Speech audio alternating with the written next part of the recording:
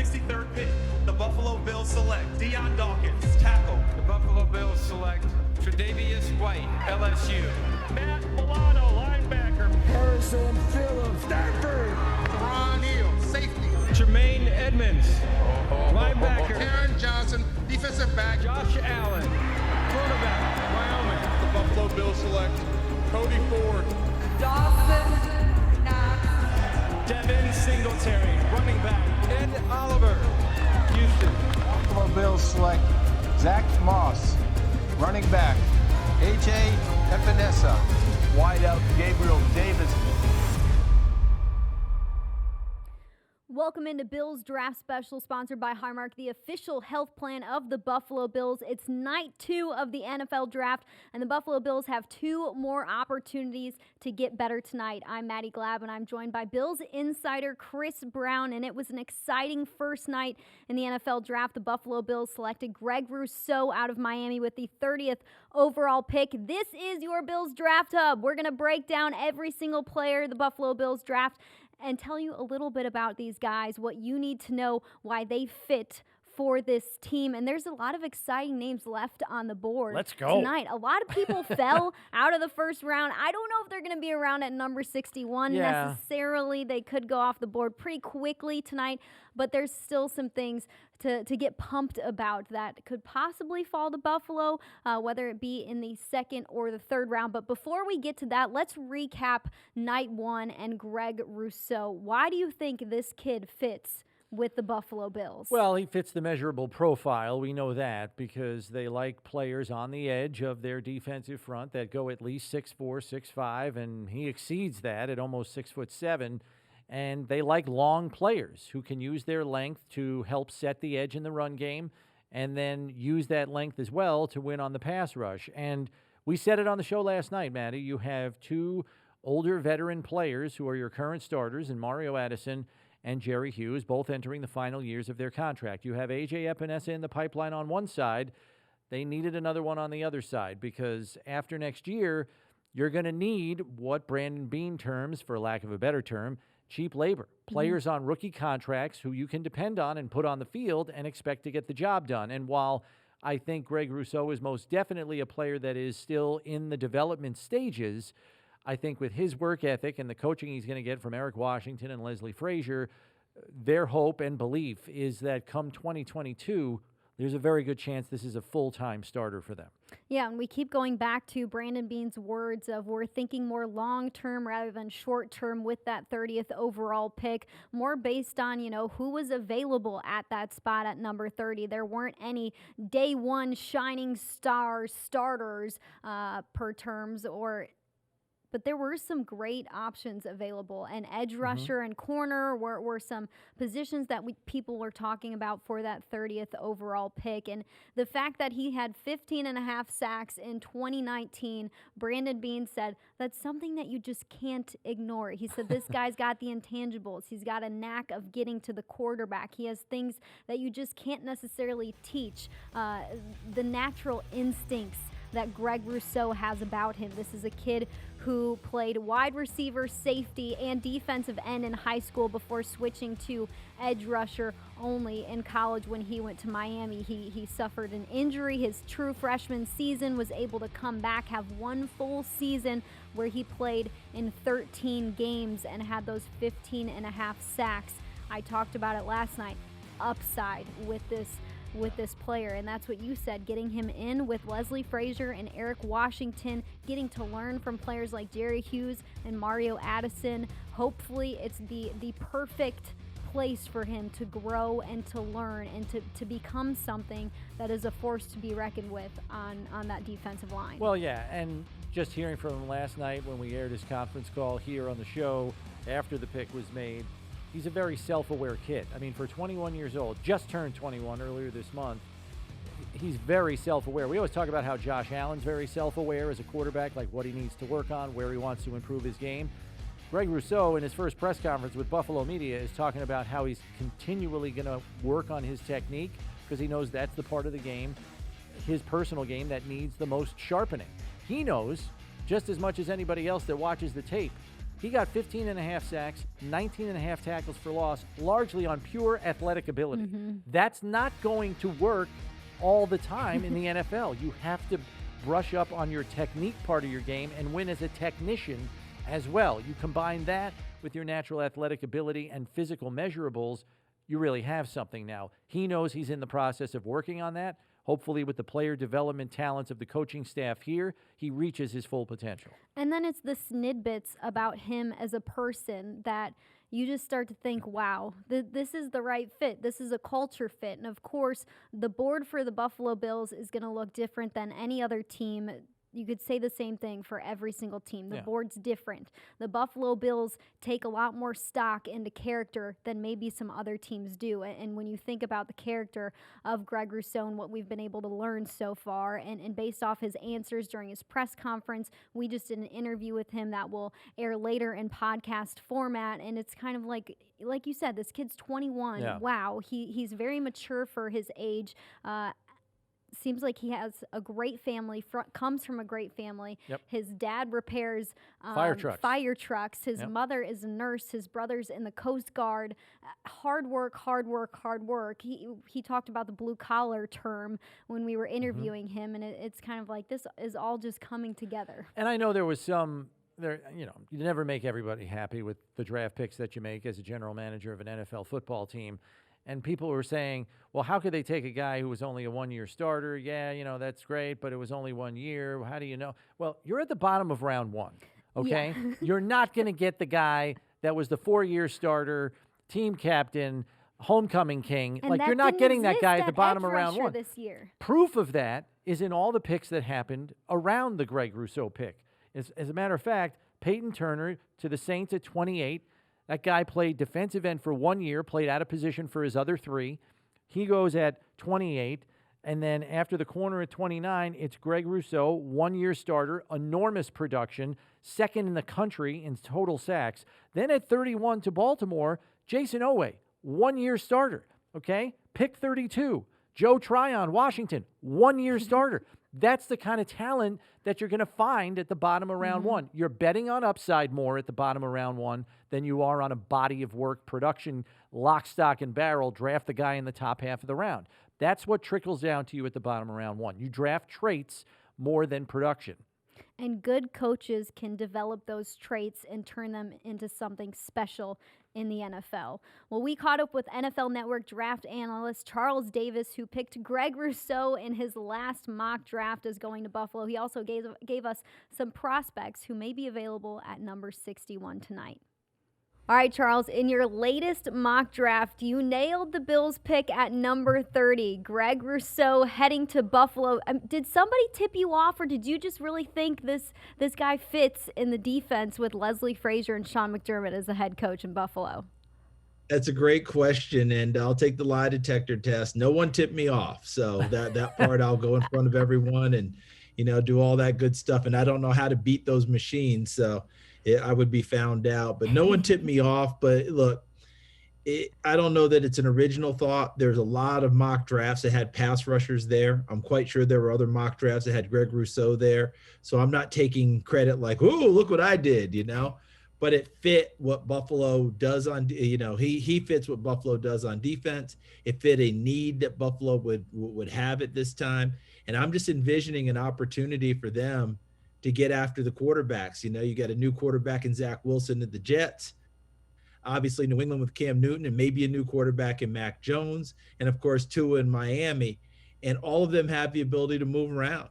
So a edge rusher like a Rousseau, who is bendy and also able to move around, and I know he didn't test as well at his pro day as he would have liked, but like one scout told me, he had 15 and a half sacks in 2019 before opting out. I can't unsee that. So that's a great way to describe it. So he absolutely fits. I think Leslie Frazier will really deploy him well with Jerry Hughes and Mario Addison, and of course Ed Oliver plugging in the middle. So, Charles, let's move ahead to tonight, round 2, round 3. We saw some talent fall, but where do you see the best value positions, I guess chiefly with round 2 here tonight? Boy, there are a few of them. You know, the running backs, we had 2 in the first round, which a lot of people thought wouldn't happen because we always talk about we're devaluing running backs. But we'll have a little bit of a run there. And I think Javonte Williams from North Carolina will be a huge, huge get. And that starts right there. I believe at 34 would be the pick. I think the Jets are at 34. I think people are going to want to get in on that because Travis Etienne already got there. Would the Jets want to take him there? Would someone else want to come up? I also think the offensive tackles, there'll be a huge run there. We didn't have a few guys go last night that I thought would. You know, Tevin Jenkins didn't go. Dylan Rayduns from North Dakota State didn't go. Tevin Jenkins from Oklahoma State. And then guys that we already had listed in the second round, they'll be ready to lock in second and third rounds. Brady Christensen from BYU and Spencer Brown from Northern Iowa, Samuel Cosme from Texas. You can see it's pretty deep in that possibility. So we'll see how that all shakes out and plays out. So just like night one, the Buffalo Bills are going to have to wait a little while in round 2. They're on the clock for the 61st pick in the second round of the 2021 NFL Draft. So what are some names that you think could be available at around the time that Buffalo is picking? Well, I think in that opportunity, I'm going to name a few positions and names if that's okay with you guys, trying to encompass it in one. But sitting there at that point, I think cornerback's a possibility for them. Tre'Davious White's there. Obviously, Levi Wallace is the incumbent starter, but he was dinged a little bit last year. Dane Jackson came off the practice squad and got plenty of reps during that time frame. But guys were playing on the outside. Paulson Adebo from Stanford, who opted out last year, a flat-out ball hawk, always around the football. People, if they want to point to the negative, they'll point to a game with one Gabe Davis. Now with the Buffalo Bills at UCF, who had a big game against Paulson. And, of course, UCF had their way with Stanford that day. A Kelvin Joseph from Kentucky. I absolutely love this kid. This kid is got some length, got some zip to him, got some twitch to him. I think he's a heck of a target. Offensive line, I'm looking at the interior with Buffalo. You know, Mitch Morse got dinged up a little bit last year. John Feliciano had to come in and play some center for them. Who knows what they want to do, but in any case, you might want some quality depth. Creed Humphrey, maybe the best center in the draft. He and Landon Dickerson from Alabama might still be available. Creed out of Oklahoma was a starter from day one there. And at one point his freshman year, he was flanked by 4 offensive linemen who are currently in the NFL right now. That's pretty impressive. I believe one of them is named Cody Ford. So you can go right on down through it. Go from there, Aaron Banks from Notre Dame. Big old, strong, physical offensive guard. And I got to throw in one of my Tennessee Volunteers, Trey Smith. He's a guy that I think is going to get overlooked a little bit, maybe get drafted a little bit lower than he should, but he has the intelligence and he has toughness. And I think that's something you can plug in pretty quickly and get on the offensive line. And last but not least, if they want to go defense, let's go defensive front. And I think big guy like Aleem McNeil at NC State, he holds down the center of the line. And guys who will give you a little more twitch, get upfield a little bit more, those upfield penetrators, a Davion Nixon from Iowa, and a Jay Tufele, who opted out last year. But I think he's going to rush the passer better in the NFL than he was allowed to in college football. He's out of USC. Yeah, Aleem McNeil, that guy made me want to watch more of his games. He is one of the most enjoyable big men to watch. His tape is so much fun. Watching that guy, oh my gosh, I love Aleem McNeil. Yeah, he's a big guy that can move and bounce better than you would expect. And I'm old enough to have been around when Charles Barkley was at Auburn playing. And his head coach, Sonny Smith, was one of those great one-liner type coaches. And they asked him about Charles because in college, Charles would push 300 pounds. Yeah. You know, and his size, and people couldn't believe the way he could jump and elevate and do things. And one reporter asked him about it, and Sonny said, look, it's like something out of NASA. You have no idea how something that big can get up in the sky and stay there, but Charles is just like that. Aleem McNeil has that kind of bounce to him. So slot receiver was like this deep under the radar thing that we think the Bills may consider at some point in time. Maybe even a guy that has a little return ability that's out there. Maybe that's more of a consideration at 93 late tonight on day 2. Who are some slot guys that you think could still be hanging around for them? Yeah, and it's going to be tough because it's going to depend on, you know, if we get a run on them or not. Right. But I think Dwayne Eskridge from Western Michigan is a terrific player. Whether you can get him at 93 that's going to be tough. Yeah. medical reports on Rondale Moore, who was absolutely sensational as a freshman at Purdue before the last couple of seasons, dinged up a lot. Not a big guy, but the quintessential slot. When he's on his game, watch his film from his freshman year. If you really want to have fun and you don't like the Ohio State Buckeyes, watch that game where he absolutely destroyed them, and he was absolutely spectacular and fantastic during that time. So those would be a couple of guys to keep an eye on. There are going to be a bunch more. I just don't know if they'll get all the way down there and be available in that slot. So that's the hard part with all of this now, because a guy like Elijah Moore, we expect him to go off the board pretty quickly in the second round, because most of us were surprised he made it out of the first round. The kid out of Ole Miss, he's the best one available and the best slot.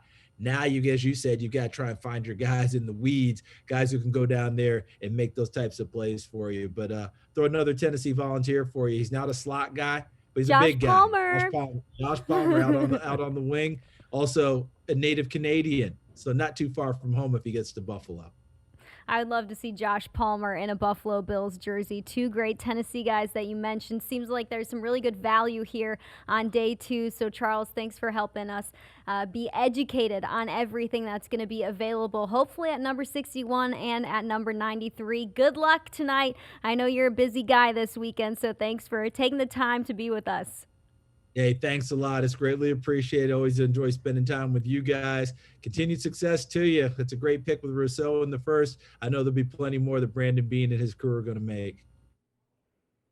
All right, that was Charles Davis, and he set that up perfectly for day 2. Depth available, some names to look out for. So let's dig into this depth. So the Bills have number 61 and number 93, second round and third round. When you're looking at positions of need that are left for the Buffalo Bills, what are you thinking at the top of your mind? Yeah, I mean, we've got offensive line, and we know and Charles shared it with us as well, that there's depth there to be had at offensive tackle and interior. It probably goes a good 3 rounds deep, so there could be 2 different opportunities. But again, when you're sitting down there at the bottom of the round, you're forced to let the draft come to you, and you're probably going to witness some painful runs on some of these positions. And I would expect offensive tackle to have that happen here in round 2, because you only had 5 tackles come off the board in round 1. There are a lot of teams that still need them here in round 2, and almost all of them are picking in front of you. So I expect a run, maybe 4 or 5. So I think what could happen is there's a focus on tackles, and because of that, some of the top interior players maybe slide.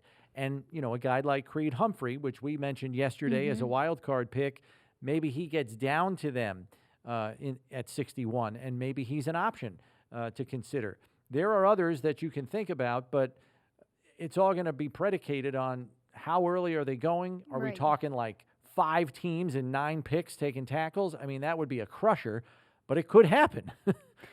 So you said there could be a painful run on some of these positions, and the Bills need to have some patience today, which Brandon Beane has said multiple times. He doesn't like being patient. Not his strength, It's not one of his strengths there. So should we have our ears up for if Buffalo maybe is going to do some movement today, possibly, because there is that value up there in the second round, whether we're talking about offensive line or different players? Should this be something that may be on our radar tonight? I think if there's a move, it would have to be a small one.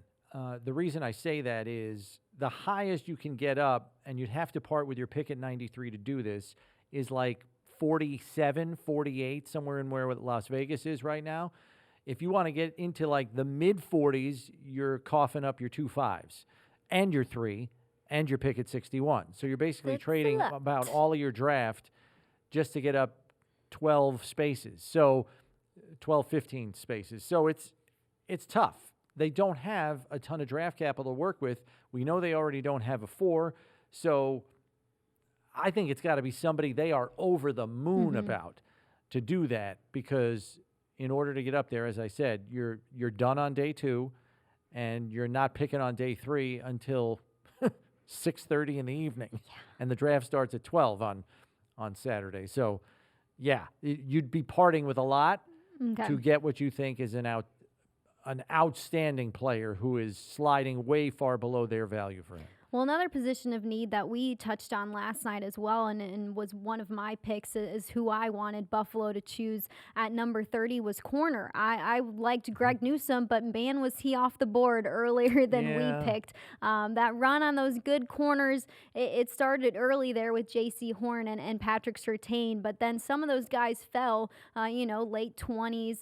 But there's some good corners who are still left on the board. A name that I think of off the top of my head is Asante Samuel Jr., who we also talked about last night, an undersized corner, but a really strong guy who packs a lot of power in his punch. But cornerback, why? I mean, we need depth at this position. I think back to last year and remember some of those games where it was like, who's going to play corner opposite of Tre'Davious White today? Because we had people on the COVID-19 list. We had injuries with Levi Wallace, Josh Norman. Dane Jackson came off the practice squad to play in some games. So I think depth could help that position. I think you're looking to find a guy who can be that guy who's opposite Tre'Davious White and has some of those skill sets or can grow into having the same skill set that Tre'Davious White has. Yeah, and let me just say the board that everybody's looking at right now is best available based on what we think will be on the board still when the Bills are on the clock at 61. And then there are some guys mixed in here that we may even think could be on the board at 93. Not many. This is more so a 61 pick board than anything else. And I think there is enough cornerback depth where there's a chance one or two of some of these names slide down to them at 61. And then I think it could be a question of, what do they want more? Do they want a top interior lineman in the entire draft, or do they want a cornerback that they still believe has the skills to compete for a starting job as early as this season? If they feel they have that, I think that probably trumps interior O-line. Maybe there's an offensive tackle that slides further than they anticipated. But the receiver that you see there, Dwayne Eskridge, he's a speed merchant, slot guy, also has return ability. He's probably more of a third rounder unless there's a tremendous run on slot receivers here in the second round, and Charles Davis hinted that too could be the case tonight as well. It's hard when you're sitting there at the end of the round and you just got to sit on your hands and wait and hope and just cross your fingers and toes that at least two or three guys that you like are still sitting there on the board. And Brandon Beane has talked about day 2 as being even more exciting than day 1 because you really get a picture of what your board is looking like and who has fallen out of the first round. And the day 2 picks, he looks at guys who can make just as much of an impact as your day 1 picks, depending on where you're picking, of course, in that first round. So we could be seeing players who have a good role on this team. Maybe not year 1, but maybe year 2 as a part of the Buffalo Bills really making an impact. We also have a wild card list. We had one last night. We struck out on the wild card list last night. Maybe we'll hit a single or a double tonight. I don't know. What do you think for some wild card players who could be around that wouldn't be out of this world for the Buffalo Bills to look at number 61? Yeah, so you look at it and you say, well, what could be there? And you're trying to kind of picture how the board is going to unfold. And, you want to say, all right, well, let's see. Who do we have? And so do we have the board? I think we do, right? Do we have a what? No board. Oh, okay. Sorry about that. So, yeah, I think that, you have a wild card we said Creed Humphrey was a wild card last night. Now he still might be an option tonight, which is kind of crazy to think. But I think a safety like Divine Diablo from Virginia Tech is a guy that is somewhat of a positionless player, but I think he could be there in round 3 for them as a wild card, and he's an exciting player to me because I think he could fill a number of roles in the Bills' defense. He's a player that could be a hybrid safety type. He could be a big nickel player. He can line up in the slot on a big receiver. He could carry a tight end down the field. This kid's like 6'3", 226, and he runs a 4.47. That's not right. And so because he's like a physical anomaly, he's a player that's of interest to me, and I think he's got to be of interest to defensive coordinators that are creative enough to find a role for him, number one, and then number two, aren't afraid to diversify their defense to fit him in it. And we know that the Bills have been looking at big nickel as a position, knowing they play nickel so much of the time. This guy would be an intriguing matchup to put in there, and he fits the Bills' DNA, team captain, big body of work, 3-year starter. I really like Divine Diablo late tonight, round 3. You got a second guy to look out for, too? I do. I'm not remembering him right now. Aleem. Oh, yeah, that's right. My big guy, Aleem McNeil. Thank you. The NC State defensive tackle. Charles Davis already mentioned him. I love watching that guy's tape. And here's the crazy thing, Maddie. This guy was a former running back. And then he put on like 50 pounds. Dang. And just lined up at nose tackle and said, let's go. And I think that's why he brings uncommon athleticism there. But I like the way he holds the point of attack. This is a weak defensive tackle draft. So if he's there and you like him, and we talked about this. Harrison Phillips, last year of his rookie contract. Star Latulele, age 32 season. Only 1 year left on his deal after this year, and you may have to save some money somewhere at some difficult spots to accommodate the Josh Allen contract, the presumed Tremaine Edmonds extension. So if this guy's there, maybe he's an option for you at one technique. Look at this guy. Come on. I know. I'm just watching his highlights, getting a little bit excited, seeing this guy run the ball and what he's able to do. He's a bundle of fun. Like, how do you not like this guy? Ooh, okay. You sold me on him. All right, I'll name 2 players quickly. I'm going linebacker. Pete Werner is someone who Cynthia Freeland from NFL Network told me about on our podcast. I was raving about Jeremiah Owusu-Koramoah, who I raved about last night, who's still somehow on the board. I don't know how. I don't think it won't last long. Don't worry, Maddie. He'll be gone. Fingers crossed, maybe for the Bills. But anyways, it's not going to happen.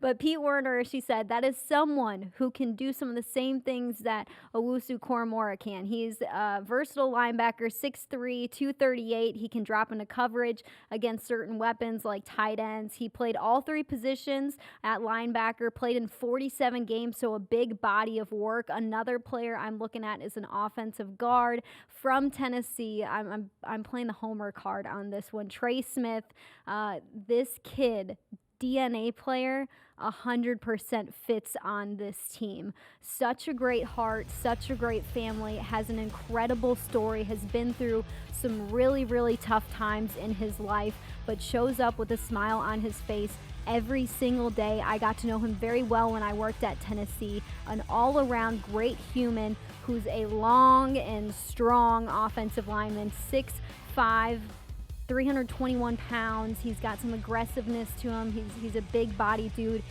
He has an SEC bio. This guy went up against some of the best defensive linemen in the SEC. You're looking at great defenses, and he was able to hold his own. He needs to work on that technique a little bit, but he's someone who could be available tonight at that 61st spot, possibly even later.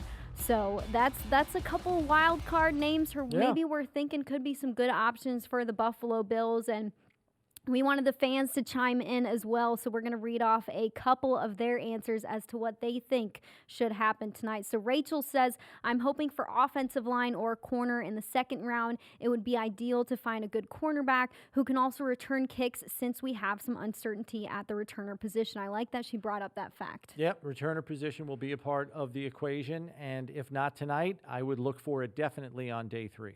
And Rusty says, I hope we can move up to get one of the Moores at wide receiver or get Melifonwu, a big cornerback from Syracuse. 6'2", 205, I think. Big, long corner. Yeah, they like those. We'll have to see how the board falls to see if he's available. And then, yeah, one of the Moores would be nice. I think Elijah is a long – he's gone. He's going to be gone the first 5 picks. Rondell Moore is a question mark only because people are up in the air on his medical, so we'll have to see how far that drops him. And Patrick says, I really liked the pick last night. Now if we can get a couple offensive linemen and a safety in tonight's picks, could be interesting. You mentioned a safety there. Yeah, safety's a wild card position for them, and, you know, they've got a spot there because the 4th safety on this roster is an undrafted rookie from last year, Josh Thomas, and so do they try to fill that later in the draft just because the board falls a certain way that says, hey, this safety's pretty darn good. You may want to take him. Divine Diablo, best name in the draft. Great name. All right, that's going to do it for us. The NFL draft just minutes away on NFL Network. stick here because we are going to be back after our second and third round pick for instant analysis. We will see you guys in just a couple of hours.